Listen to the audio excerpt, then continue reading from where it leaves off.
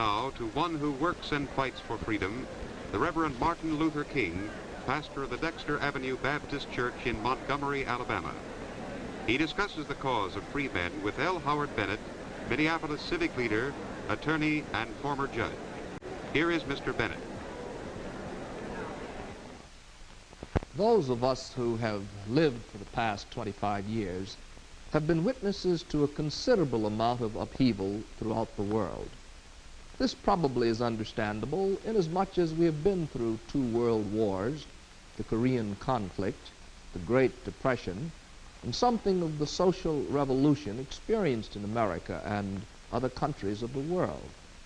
In many respects, we are living in revolutionary times, some of it violent, raucous, and observable, but on the other hand, some of it peaceful, quiet, and almost imperceptible.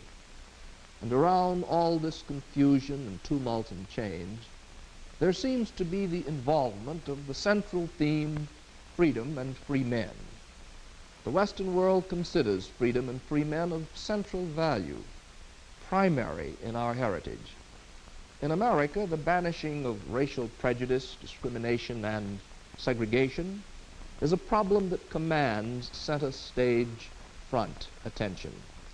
It is important not only in removing prejudices against minority groups and abolishing segregation and discrimination, but it is also important to America's posture in the whole world, and probably it has tremendous relationship to the very survival of the Western world and its values.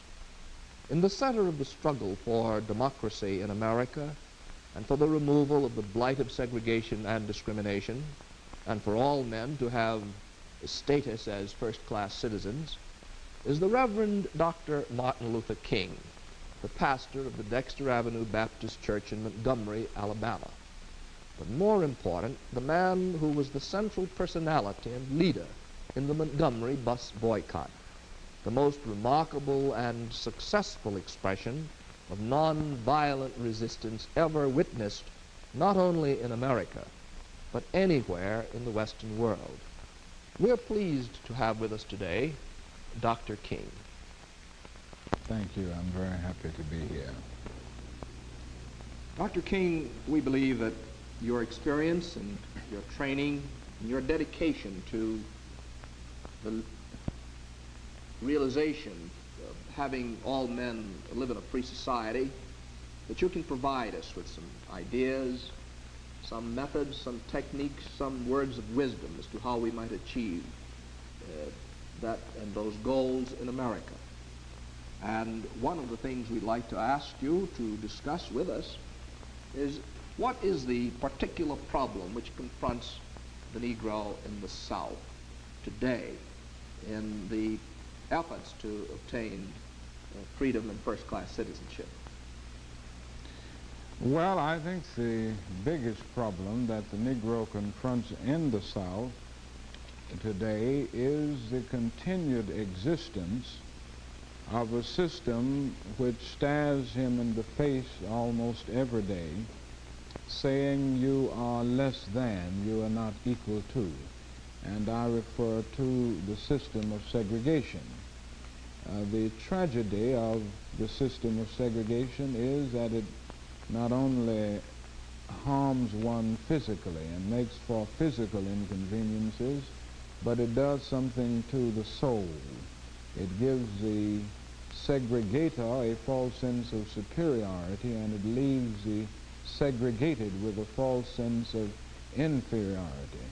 So that this is one of the things that, and probably the major problem that the Negro confronts in the South in his struggle for freedom and human dignity, the continued existence of this system and the resistance of forces that are not really in line with the struggle for freedom, forces that are enemies to democracy.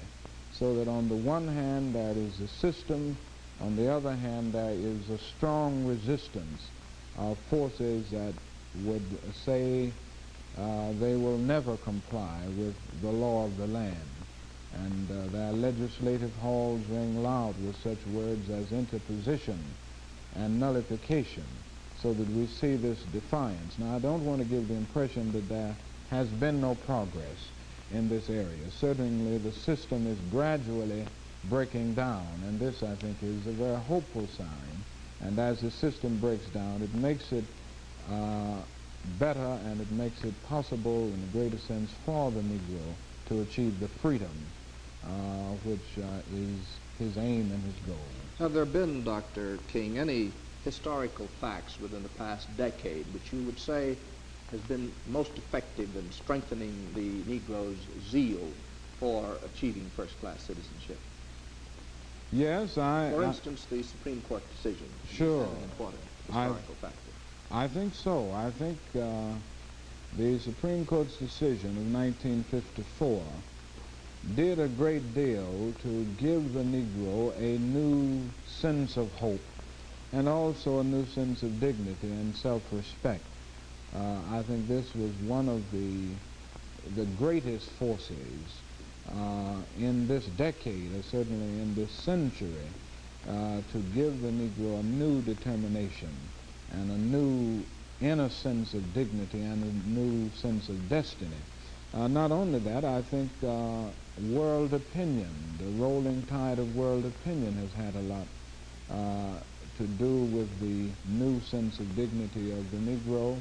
The fact that you've had an independent struggle in so many countries in Asia and so many countries in Africa, I think gave the Negro a new sense of worth, and all of these forces have conjoined to make for a real sense of hope and a real sense of dignity on the part of the Negro. It's interesting to many of the students of the problem of minority groups in this country that the Supreme Court decision, as it seeks to remove segregation from the schools of the South, does not deal with something of a counterpart in northern communities. And that is that unless we are quite careful to break down the racial ghettos which exist in the North, that the North has the real potential of having a more firmly entrenched segregated school system based on neighborhood segregation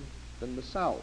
Now, does that suggest some particular approaches for northern communities?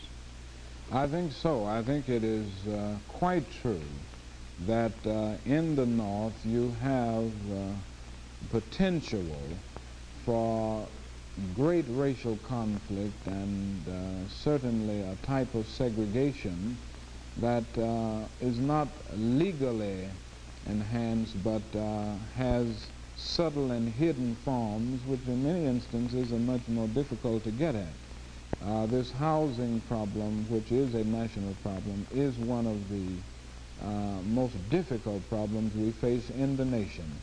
And I think we have a great responsibility. I mean, all Americans have a great responsibility to seek to eliminate discrimination in public and private housing, because so long as you have that, you will never have truly integrated schools, and you will never have a truly integrated society. No section of the country can boast of clean hands in the area of brotherhood.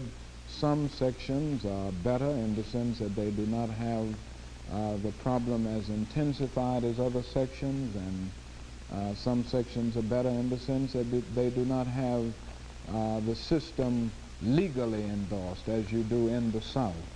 But at least we do find it in all areas of our nation in some form, and this places before all of us a tremendous moral responsibility, because injustice anywhere is a threat to justice everywhere. One of the great law cases decided by the Supreme Court of the United States around 1950 was one which made unenforceable the restrictive covenants which made it not unconstitutional but unenforceable in the courts for these covenants to be enforced. And yet,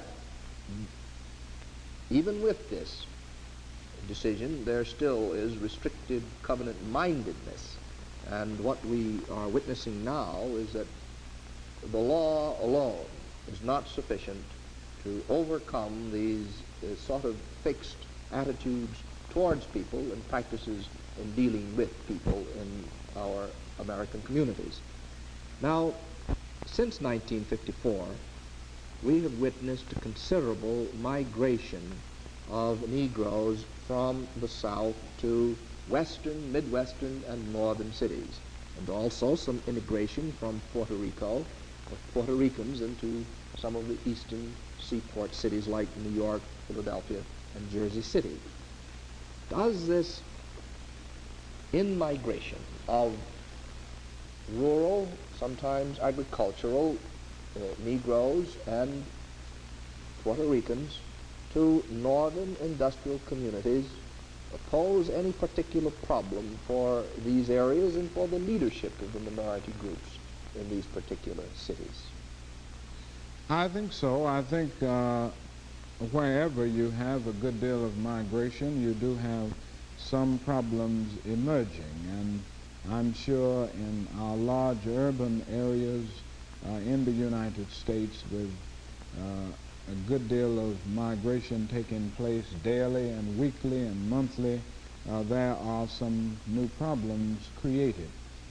There is always this problem of urban dislocation, and this happens to individuals of minority groups, which poses for the leaders in urban communities a real responsibility to help the individuals moving in adjust to urban life and to new situations. I think also that as we seek to help these individuals adjust, we must see that the system itself is changed to the point that there will be no discrimination in employment and that type of thing, so that these people will not face the problem of finding doors shut in their faces every time they make a move. This type of thing creates within the individual a sense of bitterness, and it often drives the individual to criminal habits and other things that tend to distort the total structure of society. So on the one hand, we need good leadership to help people adjust to urban life as they move in from situations, rural situations often.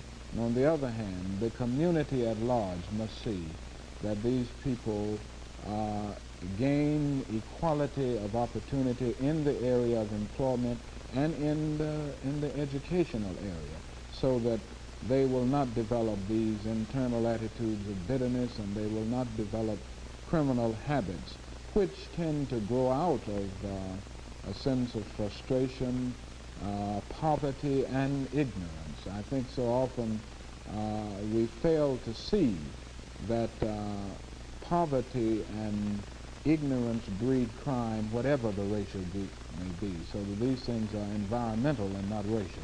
Dr. King, you're well aware and acquainted with the work of such organizations as the National Urban League and other voluntary associations which around 1910 tried to almost single-handedly grapple with these problems of the immigrant into the community.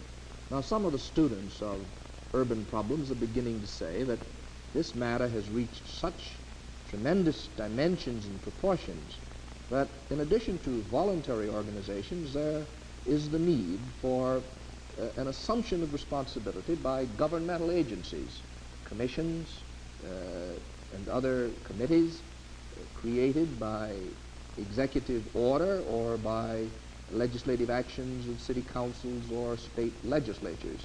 Do you have anything to say to us about the advisability and the desirability of government assuming a constructive affirmative role in dealing with not only the problem of in-migration and adjustment in the modern urban community, but for really seeing to it that the constitutional rights of all of the citizens are observed in many areas?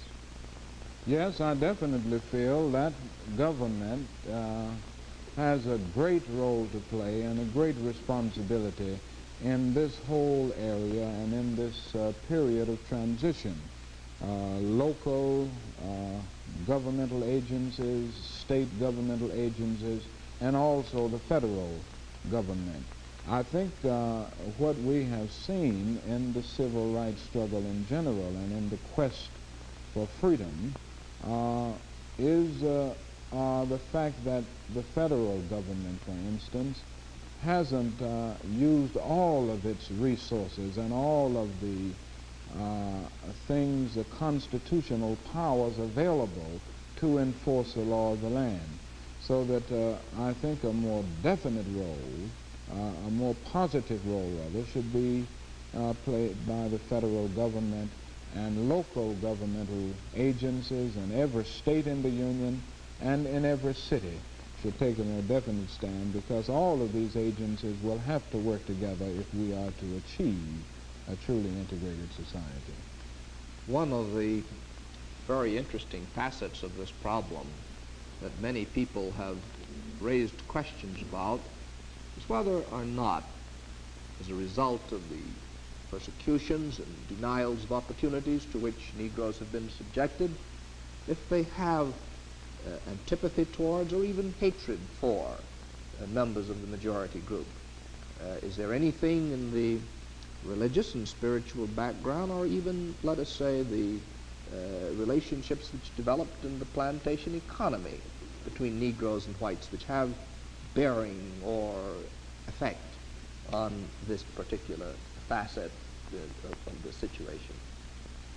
Well, I have no doubt that the system of segregation and the system of slavery which preceded that did a great deal to cause a Negro to develop some attitudes of antipathy or some bitterness even toward the majority group. I don't say this was true of all Negroes. It isn't true today, and it wasn't true in years gone by.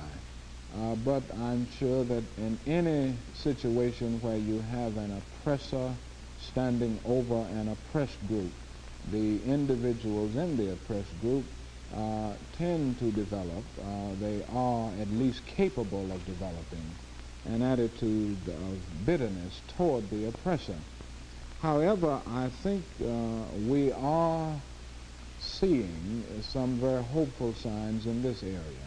There are many people, many leaders in our country and over the world who are saying to members of oppressed groups that you can never solve the problem by meeting hate with hate, because to hate for hate only intensifies the existence of hate in the universe, and somebody must have sense enough and morality enough to cut off the chain of hate. So that there is this emphasis that we must avoid not only external violence, physical violence, but also internal violence of spirit.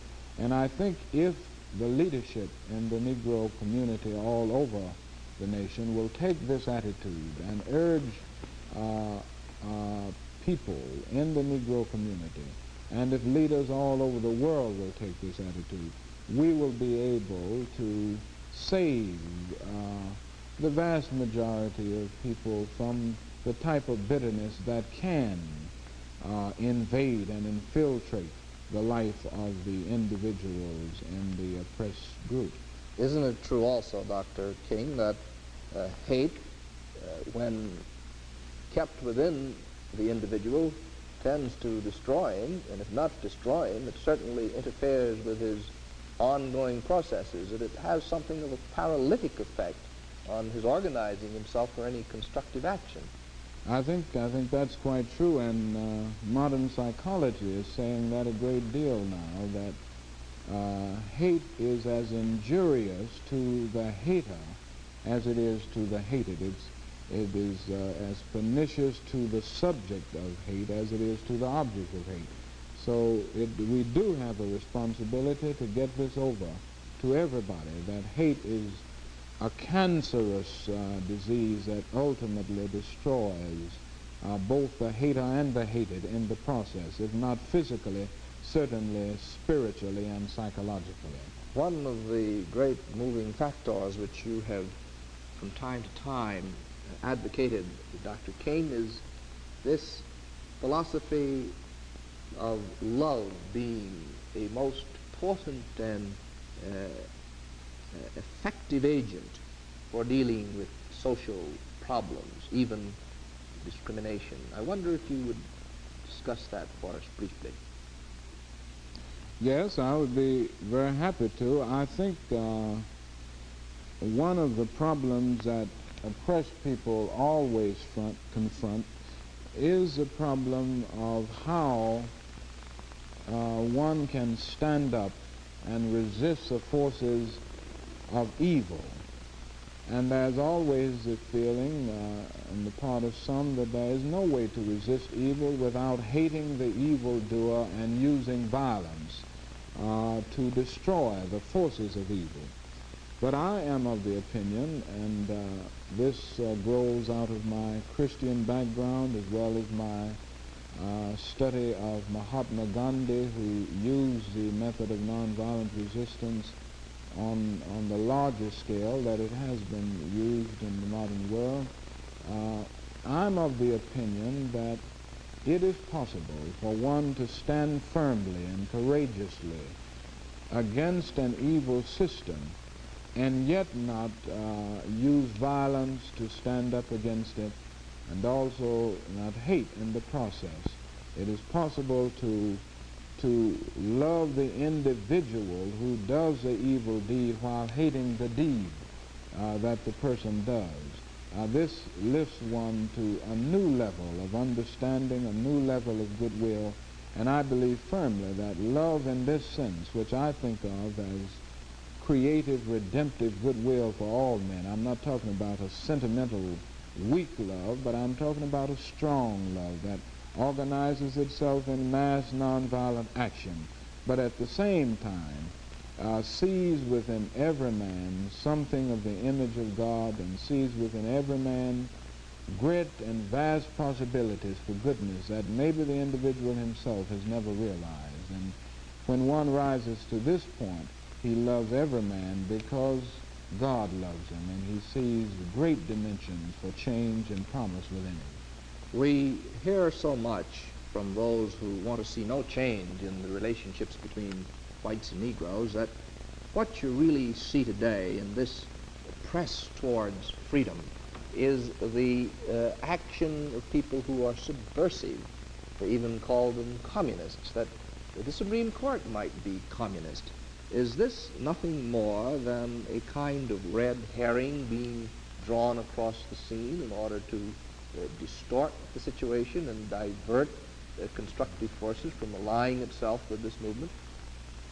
Yes, I think that is exactly what it is. One of the favorite devices of the reactionary has been to attempt to smear any liberal voice, all of the liberal voices, in order to silence them. But we know full well that these forces that have stood up for brotherhood have done more to defeat communism in our nation than almost anything else you can point to. I'm sure that the Supreme Court decision, which was rendered in 1954, did a great deal to defeat the forces of communism in our nation, and I'm sure it did a great deal to develop new understanding and new respect for America on the part of people in other nations. And these are the things which break down the influence of communism in the world, because communism often thrives on this very thing. So the more we can break down discrimination and segregation, the more we build up the forces of democracy, and the more we demonstrate the validity of the democratic way to the peoples of the world. This is the most powerful weapon we have against communism. Now we've talked considerably about the responsibility which the Negro and Negro leadership has for bringing about first-class citizenship and removing the cancerous the presence of segregation and discrimination, but is there not some high responsibility which attaches to the dominant white community for lending its hand and giving its heart to this problem of the removal of segregation and bringing in this era of a society of free men for all men? Yes, I think there is a great role and a great responsibility facing the members of the dominant group in our nation, for if you do not get this courageous, forthright stand from people in the dominant group, we cannot expect to achieve the ideals and goals of an integrated society. And as I've said so often, the festering sore of segregation debilitates the white man as well as the Negro, so that he must be as concerned about doing away with this evil as the Negro, and he must work in many areas and through many channels to remove the blight of segregation and discrimination from our nation. Is it not also one of the major problems with which the Negro community itself is concerned is this matter of internal discipline, that not only there is the need for the mobilization of the moral, spiritual, and ethical forces, but there needs to be a recognition of the need for persuasion by example, by excellence of performance, by community acceptance of, or the acceptance of community responsibility to indicate that there is every reason for withdrawing or lowering the barriers which preclude the integrated society of free men. I think that is very, very important. We must work on two levels. On the one hand, we must work to resist the evil system. On the other hand, we must seek to improve our standards wherever they lag behind. So this is very, very important. We gain the respect of others so often by respecting ourselves, and we must make it clear through our determination to improve our standards that we are worthy of this integrated society which we talk of. Well, Dr. King, you have brought us not only wisdom and great insight, but an especial capacity to articulate on this matter. Thank you very much.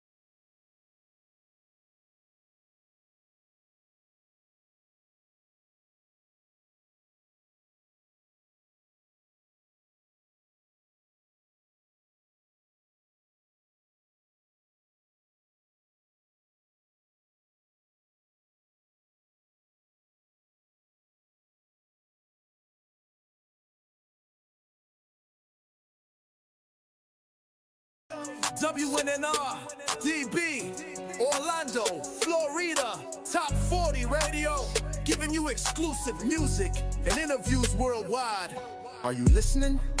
Are you ready for the exclusive music giving you the sound that your ear needs?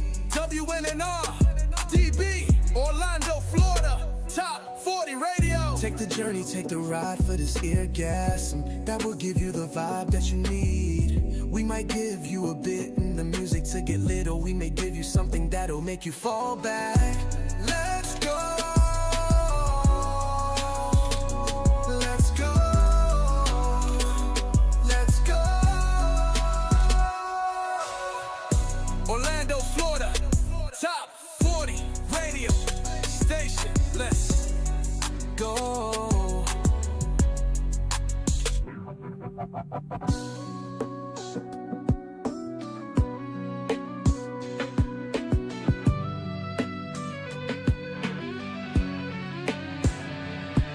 Go.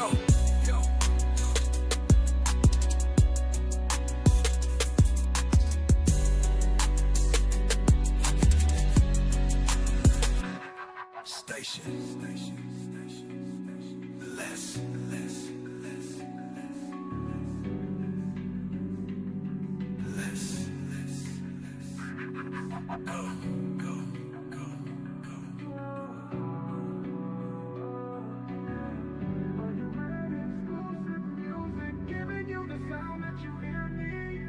WNNR-DB, Orlando, Florida, Top 40 Radio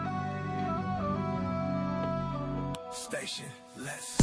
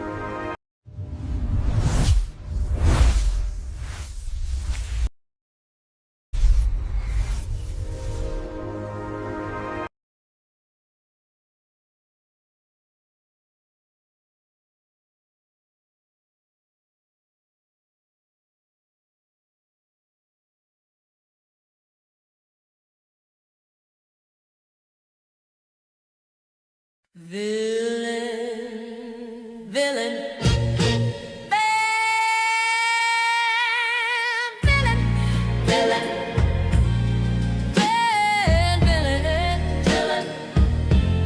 The baddest one around. Villain.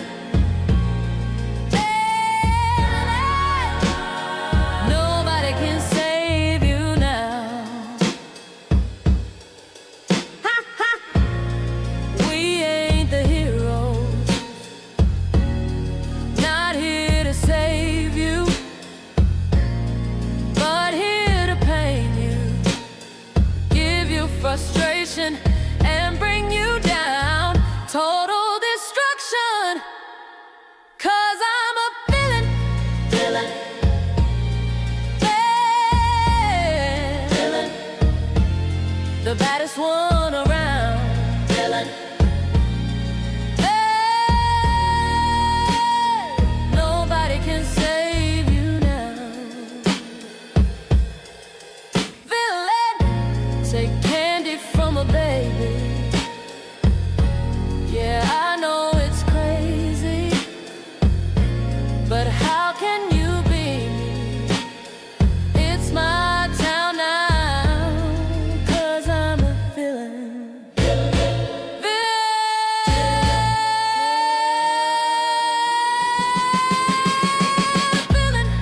Villain.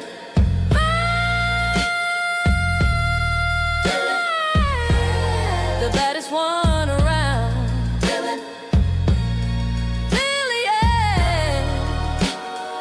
Nobody can save you now. Villain. Villain. Villain.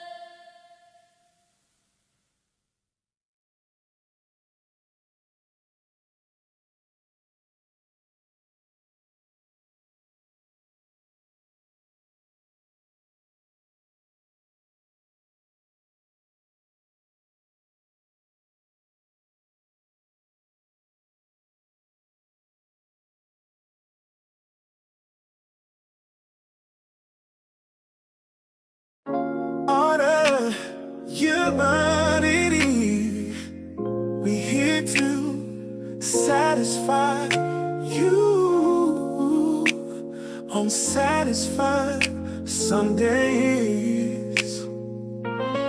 Satisfied,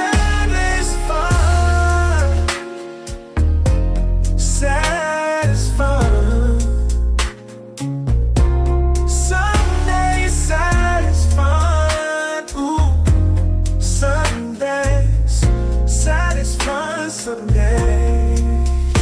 On WNNR-DB, Orlando, Florida, top 40 radio station. Nothing nice radio, giving you exclusive music and interviews worldwide. Satisfied, ooh, satisfied. Sundays, Sundays satisfied. Ooh, Sundays satisfied Sundays.